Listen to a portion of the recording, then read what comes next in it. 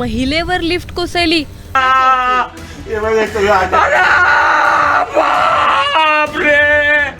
Medical कॉलेजमध्ये थरार, काम करताना क्षणात बदललं सगळं।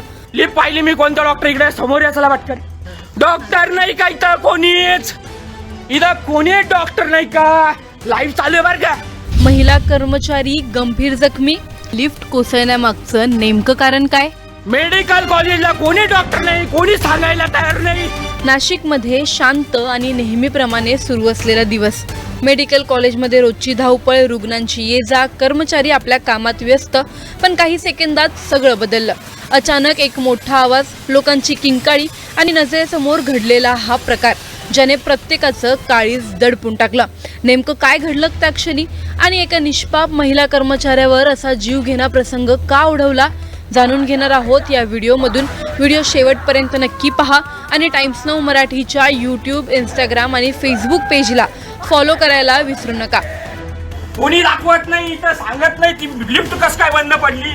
माझ्या आईच्या तोंडातून रक्त निघालं, हे कोणीच बोलत नाही, इथली मॅनेजमेंट काहीच। नाशिक शहरातील एका मोठ्या मेडिकल कॉलेजमध्ये आज एक अत्यंत धक्कादायक आणि चिंताजनक घटना घडली। प्राथमिक माहितीनुसार दैनंदिन काम करत असताना अचानक लिफ्टचा काही भाग किंवा यंत्रणा कोसळून थेट एका महिला कर्मचाऱ्याच्या अंगावर पडल्याची घटना समोर आली आहे। या घटनेत ज्योती अहिरे या महिला कर्मचारी गंभीर जखमी झाल्या आहेत।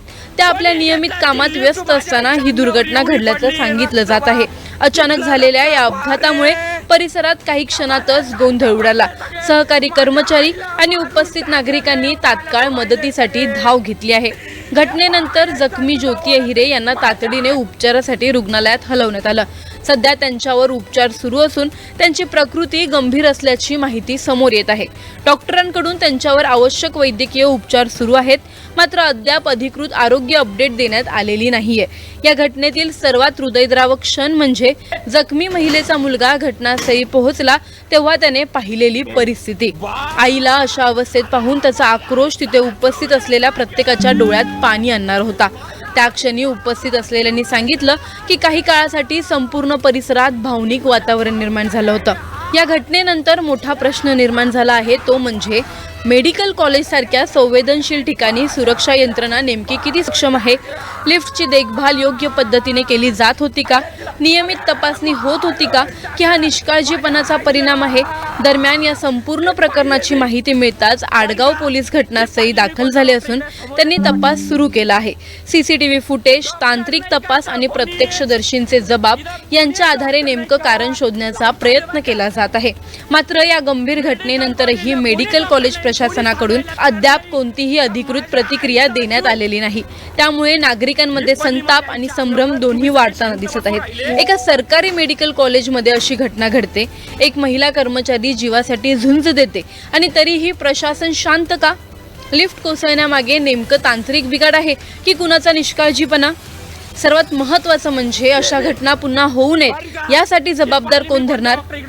तुम्हाला या प्रकरणी काय वाटतं? आम्हाला कमेंटमध्ये नक्की कळवा। व्हिडिओ लाईक व शेअर करायला विसरू नका।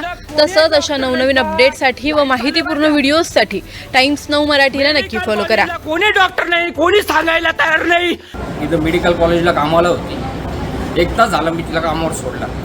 माझी आई इन्स्ट्रुमेंट घेऊन जात असताना लिफ्ट डायरेक्ट लिफ्ट तिच्यावर पडली आणि लिफ्टच्या मध्ये तिचा मुंडकं अडकलं आणि डॉक्टरांनी मला फोन करून सांगितलं तुझ्या आईचा BP लो झालेला आहे, त्याच्यामुळे तू लवकरात लवकर इथं ये। आणि पूर्ण चौकशी केल्याच्या नंतर एकाने मला सांगितलं की तुझ्या आईच्या डोक्यात लिफ्ट पडली, एका कामगाराने सांगितलं तुझ्या आईच्या डोक्यात लिफ्ट पडलेली। तर मी पूर्ण मला घुसू देत नव्हते, मध्ये बघू देत नव्हते। एक सुद्धा डॉक्टर मला सांगत नव्हता माझ्या आईला झाला काय म्हणून। असं मी पूर्ण चौकशी केल्याच्या नंतर तिथं पूर्ण रक्त सांडलेलं होतं। त्याच्यावरून माझ्या लक्षात आलं की माझी आईची जी मान आहे तर पूर्ण त्या लिफ्टमध्ये अडकलेली, त्याच्यामुळे माझ्या आईचा जीव गेलेला आहे। आणि इथले लोक सगळे खोटं बोलतात, एकही जण व्यवस्थित काही सांगत नाही आहे, पूर्ण एक सुद्धा डॉक्टर व्यवस्थित काही सांगत नाही आहे मला। डॉक्टर बोलतंय का तिचा BP लो झालेला आहे, पण BP काय वगैरे काही लो झालेला नाही, त्याचा श्वास सुद्धा बाहेर निघत नाही। माझ्या आईचा जीव गेलेला आहे आणि हे आम्हाला येडं काढू राहिले। Only 29 rupees.